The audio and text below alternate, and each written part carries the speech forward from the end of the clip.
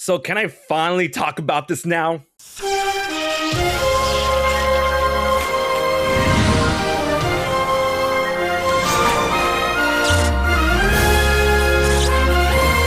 What's up, ladies and gentlemen? It is your boy HMK once again, and now I'm finally going to talk about Tears of the Kingdom's ending, explain it, and theories when it comes to what happened to the ending and what could be possibly done after Tears of the Kingdom. Listen, I'm on the boat for Breath of the Wild 3, baby. But let's go through what happened with the ending. Now, of course, huge spoiler warnings if you haven't beaten the game yet.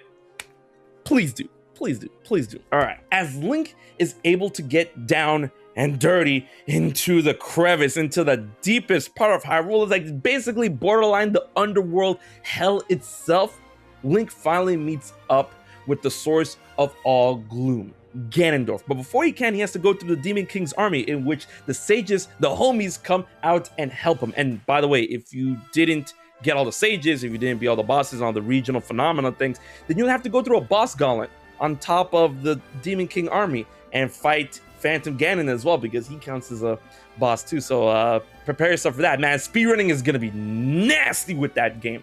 So once you were able to do all of that, you finally meet up with Ganondorf, which it is explained throughout the game the reason why Ganondorf wasn't really out and about ever since he fell into the crevice from the beginning of the game is because he had to wait, by this time, healing up using the power of gloom and his secret stone. And he dispatched the regional phenomena in order to distract Link, along with Puppet Zelda, in order to distract Link so he'll be up to full strength, because he wasn't. Because if he was, it was going to be game over for everyone. So Link gets there at the moment. He's full powered.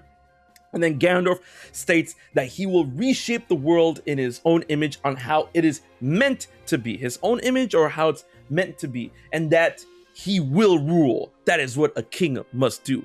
And this comes to the first theory. All the theories in this video, by the way, is going to be fleshed out into individual theories. Is that I feel that Ganondorf knew.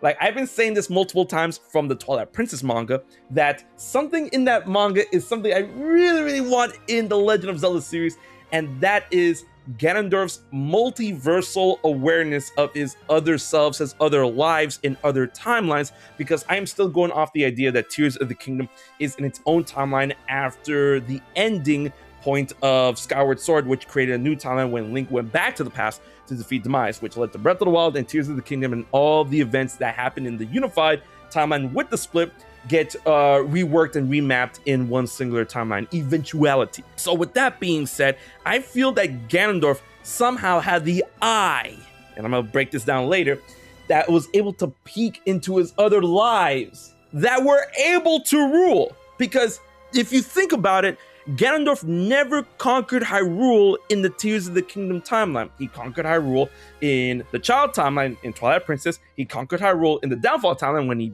gave Link the whole corporation. And then he ruled Hyrule for a bit in the adult timeline, which went off with Link being an adult, and he went back to the past and he came back and blah, blah, blah. The point is, in all the timelines, in the unified timeline with the split, Ganondorf ruled, right? But he didn't rule in Tears of the Kingdom. So he was wronged. He didn't get what he was deserving. He didn't get what he was owed. He's like, I will reshape this world on how it was meant to be. Like Tears of the Kingdom is in the wrong timeline. And that he will rule, because that is what a king must do. So that's the first thing. So then Link and Ganondorf go clash one-on-one in a very visceral battle where I was playing Zelda and Ganondorf was playing Devil May Cry. But despite that, I was still able to give him the business, and he was, quite the spicy pepper.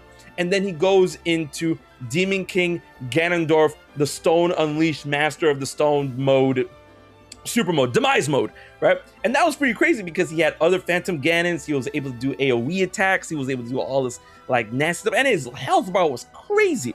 But then the sages come, they help you out.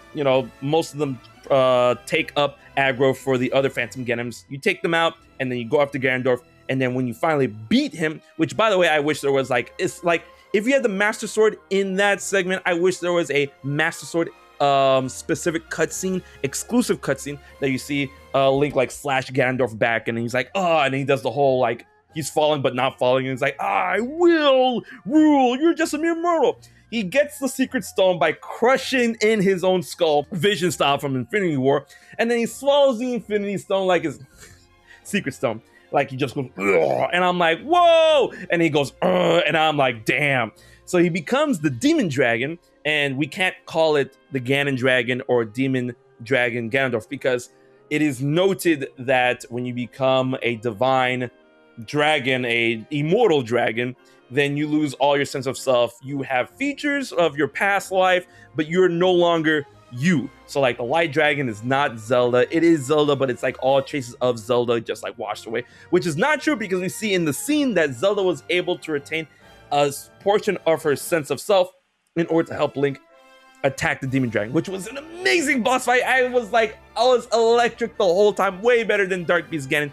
The Demon Dragon was it. It was nice, but then we get to the point on where we're able to defeat Ganondorf as the Demon Dragon, even though he's supposed to be immortal, in which it gets the whole conversation of immortal versus invincible getting on. Like, you're immortal, but killable. So that means you're immortal that you will not die due to like time or sickness or anything like that. You're timeless, you're sickless, if that's a word or whatever, but you can be destroyed if the parameters are right. And the parameters is right with the Master Sword, which, by the way, if you didn't get the Master Sword before that, you know, the Master Sword is always on the Light Dragon's forehead. The Light Dragon saves you. It's there. You grab it because you cannot beat the Demon King, the Demon Dragon, without the Master Sword. You know, Ganondorf style from back in the day. Wind Waker, Twilight Princess, Ocarina of Time.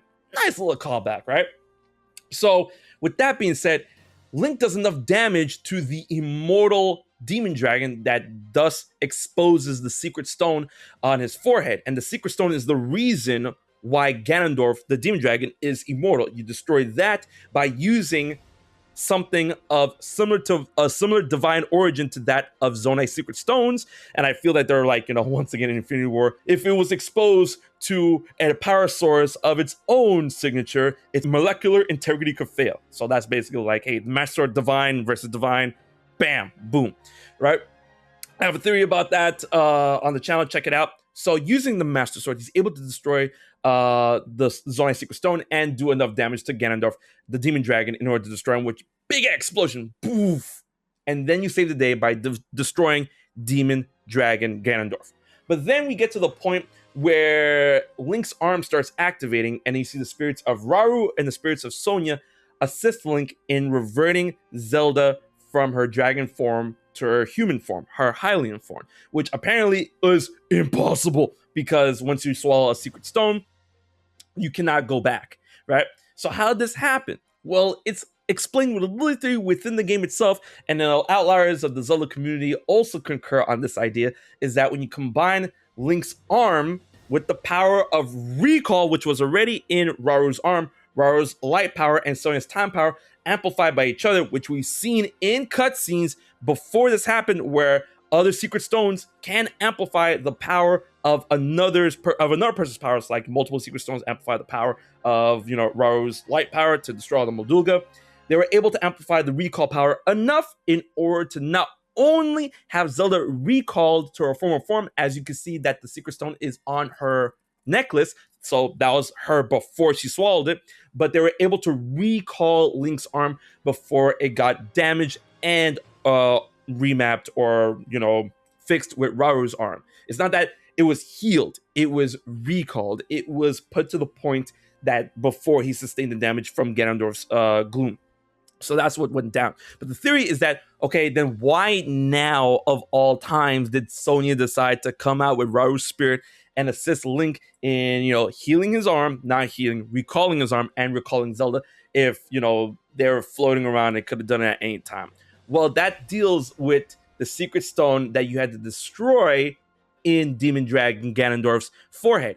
It is heavily implied and theorized, you know, by myself and others, that Sonia's spirit was locked within that stone or was tied to that stone, because that is the stone that Ganondorf uses. He stole Sonia's Secret Stone in order to become Demon King Ganondorf, right? So if her spirit was indubitably tied to that secret stone, destroying it could have possibly freed her spirit that allowed her to finally be reunited with her late husband and save Zelda along with Link's arm. Right? We have the theory on how they're able to do it, but now we have the theory on why Sonya decides, roll up to the party late. You like those stale chips? That salsa is looking kind of cold because you late to the party. So that went down. And then we go into the full ending in which we have all the sages, including Minoru, look over Hyrule in the old Temple of Time, in which Minoru finally passes away onto the afterlife, which was extremely sad. And who would take up her spot as a sage of spirit? Well, there was one person in attendance there that wasn't a sage, and that's Purah. And I love to see Purah as the sage of spirit, because something that, was kind of insinuated throughout, Tears of the Kingdom is that Minoru, obviously, huge fascination with constructs, with creating mechanical marvels. And even then, she wanted to inspect the Purah Pad, and that is how she was able to get to Link, because her spirit was inside the Purah Pad, right? So that already is a big connection, because Purah herself is an extraordinary genius that put together the Purah Pad, even though Robbie wants to argue all the time it's the Purah Pad, not the Robbie Pad, but the Purah Pad, right? So I would say that if Purah were to have her spirit in tune with that secret stone, which is still in the construct, by the way, then her mechanical prowess could do something in a similar line to that of Minoru and have her be a very, very applicable sage of spirit. And then that will complete the ensemble once again in order to look over Hyrule.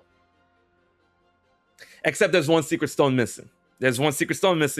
Sonya, because there is always the established amount, which is Rauru, Sonya, Minoru, and the sages, right? Zelda got Rauru's, and then Ganondorf got Sonya's. And then there's also possibly 3 more secret stones, because we have Farosh, Dinral, and Naydra, which I hope DLC, right? But we have one that's destroyed. So for the future of Tears of the Kingdom, the future of Zelda, if they're going to go down this route one more time, is that, hey, we have all the Zonai technology and architecture that has finally been revealed thanks to the awakening of Ganondorf that we could use to our advantage, right? But these secret stones came from somewhere, ladies and gentlemen. They came from the gods that the Zonai themselves were descended from. And let's just say I have a very big idea that these gods would not be that happy that one of their gifts were destroyed, no matter whose hand it was in. Because just like the Triforce, the Secret Stone amplifies any type of power, energy, prowess. It does not distinguish between good and evil. I don't think the gods will like their stones being destroyed, so I guess they will have to descend and find out what's going on. And I feel that would be a great idea for a story after Tears of the Kingdom. And I'm going to expand on that in a video. But there it is, the ending explained of Tears of the Kingdom, along with my theories surrounding the ending. Let me know what you think in the comment section below, and what you think about the future of The Legend of Zelda and the game possibly after that of Tears of the Kingdom. Until the next video, this has been your boy HMK, and I'll check you guys later.